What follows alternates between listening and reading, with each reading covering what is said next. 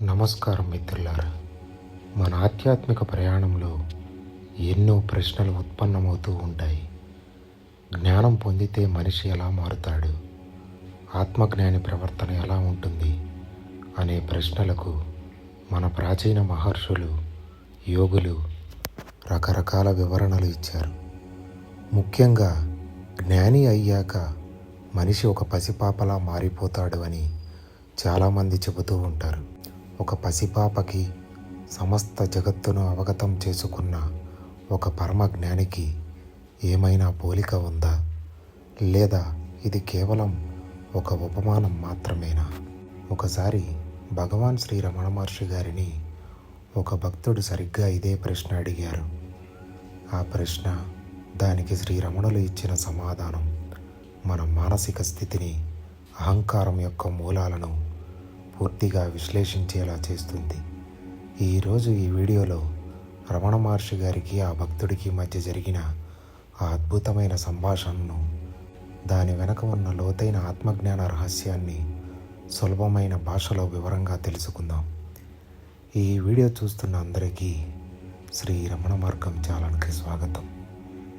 అది తిరువన్నామలైలోని రమణాశ్రమం. ఒక భక్తుడు భగవాన్ శ్రీ రమణ మహర్షి గారిని ఇలా ప్రశ్నించాడు: స్వామి, ఆత్మజ్ఞానం వృద్ధి పొందుతున్న కొద్దీ పసిబాలుని మాదిరి అవుతూ ఉంటారట, ఇది నిజమేనా అని. దానికి శ్రీ రమణ మహర్షి గారు నిజమే అని సమాధానం చెప్పారు. మహర్షి గారు నిజమే అనగానే ఆ భక్తుడి మనస్సులో ఒక సహజమైన సందేహం వచ్చింది.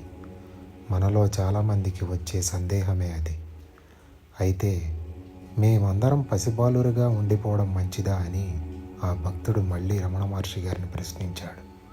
చూడండి, ఎంతటి నిష్కల్మషమైన మాయకమైన సందేహము. పసిబాలుడిలా మారడం జ్ఞానం అయితే మనం పెద్దవాళ్ళం కాకుండా పసిపిల్లలుగానే ఉండిపోతే సరిపోతుంది కదా అనే ప్రశ్న అక్కడ ఉద్భవించింది.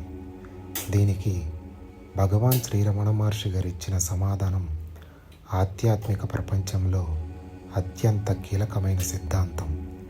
ఆ భక్తుడికి భగవాన్ శ్రీ రమణ మహర్షి గారు ఇలా సమాధానం చెప్పారు: బాలుని మానసిక స్థితిని ఉదాహరణగా తీసుకున్నాం, అంత మాత్రమే. బాలునికి జ్ఞానికి ఎంతో వ్యత్యాసం ఉంది.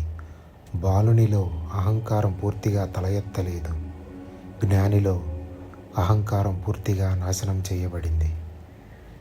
రమణ మహర్షి గారు చెప్పిన ఈ మాటను మనం లోతుగా విశ్లేషించడానికి ప్రయత్నిద్దాం. అసలు పసిపాప మానసిక స్థితి ఎలా ఉంటుంది? ఒక పసిపాపను చూడండి. పాపకి కోపం వస్తుంది, మరుక్షణమే నవ్వుతుంది. ఒక బొమ్మ కోసం ఏడుస్తుంది, మరుక్షణమే ఆ బొమ్మను మరిచిపోయి వేరొక దానితో ఆడుకుంటుంది. పిల్లలలో ద్వేషం ఉండదు, పగ ఉండదు, నాది నీది అనే భేదభావం స్పష్టంగా ఉండదు. అందుకే వారిని చూస్తే మనకి జ్ఞాని గుర్తుకొస్తాడు. కానీ ఇక్కడే రమణ మహర్షి గారు ఒక హెచ్చరిక చేశారు. బాలునిలో అహంకారం పూర్తిగా తల ఎత్తలేదు అంటే దాని అర్థం ఏమిటి? పసిపాపలో అహంకారం లేదా? ఉంది. కానీ అది ఒక విత్తనంలా నిద్రపోతూ ఉంది. ఒక విత్తనంలో ప్రాణం ఉంటుంది, కానీ అది ఇంకా మొలకెత్తలేదు. అలాగే పసిపాపలో అహంకారం అనే విత్తనం దాగి ఉంది. పసిపాప పెరుగుతున్న కొద్దీ సమాజం, కుటుంబం, ఆలోచనలు పెరిగే కొద్దీ ఆ విత్తనం మొలకెత్తుతుంది. ఇది నా బొమ్మ, ఇది నా ఇల్లు, నేను ఫలానా అనే భావనలు, అహంకారము బయటకు వస్తాయి. అంటే బాలుడి అమాయకత్వం తాత్కాలికమైనది. అది ఇంకా అజ్ఞానాన్ని దాటుకుని రాలేదు. అజ్ఞానానికి ముందటి స్థితి మాత్రమే. మరి జ్ఞాని స్థితి ఏమిటి? శ్రీ రమణ మహర్షి గారు చెప్పింది అదే. జ్ఞానిలో అహంకారం పూర్తిగా నాశనం చేయబడింది. జ్ఞాని కూడా పసిపాపలాగే నిష్కల్మషంగా, ప్రశాంతంగా ఉంటాడు. కానీ జ్ఞానిలోని అహంకారం నిద్రపోవడం లేదు. అది జ్ఞానాగ్నిలో కాలి బూడిదైపోయింది. ఒక విత్తనాన్ని కాల్చేస్తే ఏమవుతుంది? దాన్ని మళ్ళీ నేలలో పాతికి నీళ్లు పోసినా అది మొలకెత్తదు. జ్ఞాని మనస్సు కూడా అంతే. ఆయన ఆత్మవిచారణ ద్వారా తన అహంకారాన్ని సత్యంలో విలీనం చేశారు. ఆయన సాధన ద్వారా అహంకారాన్ని దాటేశారు. ఇక్కడ రెండిటికీ మధ్య ఉన్న తేడాని గమనించండి. బాలుడు అహంకారం వ్యక్తమవని స్థితిలో ఉన్నాడు. జ్ఞాని అహంకారం సంపూర్ణంగా నశించిన స్థితిలో ఉన్నాడు. బాలుడు అజ్ఞానంలో ఉన్నాడు కాబట్టి భవిష్యత్తులో అహంకారిగా మారే అవకాశం ఉంది. జ్ఞాని సంపూర్ణ జ్ఞానంలో ఉన్నాడు కాబట్టి ఆయన మళ్ళీ అజ్ఞానంలో పడిపోయే అవకాశమే లేదు. ఈ మహత్తరమైన సంభాషణ ద్వారా మన రోజువారీ జీవితానికి, ఆధ్యాత్మిక సాధనకు లభించే సందేశం ఏమిటి? మనం చాలాసార్లు మనం చిన్నపిల్లల్లా అమాయకంగా ఉండిపోతే బాగుండు అనుకుంటూ ఉంటాం.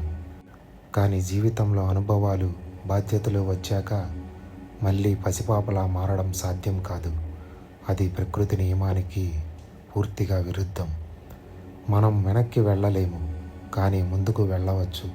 అంటే చిన్నపిల్లల అమాయకత్వాన్ని కోరుకోవడం కాదు, జ్ఞానుల ప్రశాంతతను సాధించడానికి ప్రయత్నించాలి. మరి దానికి మార్గం ఏమిటి? అదే శ్రీ రమణ మహర్షి గారు చెప్పిన ఆత్మవిచారణ. మనకు కోపం వచ్చినప్పుడు, భయం వచ్చినప్పుడు, అహంకారం తల ఎత్తినప్పుడు ఈ కోపం ఎవరికి వస్తోంది, ఈ అహంకారం ఎవరిది అని లోపలికి తొంగి చూడటమే ఆత్మవిచారణ. చివరిగా రమణ మహర్షి గారు మనకు చెప్పే సారాంశం ఒక్కటే: పసిపాప నవ్వులో వెలకట్టలేని అమాయకత్వం ఉంటుంది, కానీ అది తాత్కాలికమైనది. జ్ఞాని ప్రశాంతతలో అంతం లేని ఆత్మానందం ఉంటుంది, కానీ అది మాత్రం శాశ్వతమైనది. పసిబాలుడు అహంకారానికి పూర్వపు స్థితి అయితే, జ్ఞాని అహంకారాన్ని జయించిన ఉత్తర స్థితి. మన లక్ష్యం వెనక్కి వెళ్ళి పసిబాలుడిగా మారడం కాదు, ముందుకు సాగి అహంకారాన్ని త్యజించి జ్ఞానిగా మారడం. శ్రీ రమణ మహర్షి గారు అందించిన ఈ దివ్య ఉపదేశం మన ఆధ్యాత్మిక ప్రయాణంలో ఒక వెలుగు దివ్యలా ఉపయోగపడుతుందని ఆశిస్తున్నాను. ఈ లోతైన విషయంపై మీ అభిప్రాయాలను కింద కామెంట్స్ రూపంలో తెలియజేయండి. అలాగే రమణ మహర్షి గారి బోధనల వాటి అర్థాల కోసం మన శ్రీ రమణ మార్గం ఛానల్ సబ్స్క్రైబ్ చేసుకుని పక్కనే ఉన్న బెల్ సింబల్ నొక్కడం మర్చిపోకండి. ఓం నమో భగవతే శ్రీ రమణాయ. హర హర మహాదేవ శంభో శంకర. ధన్యవాదములు. శుభదినం.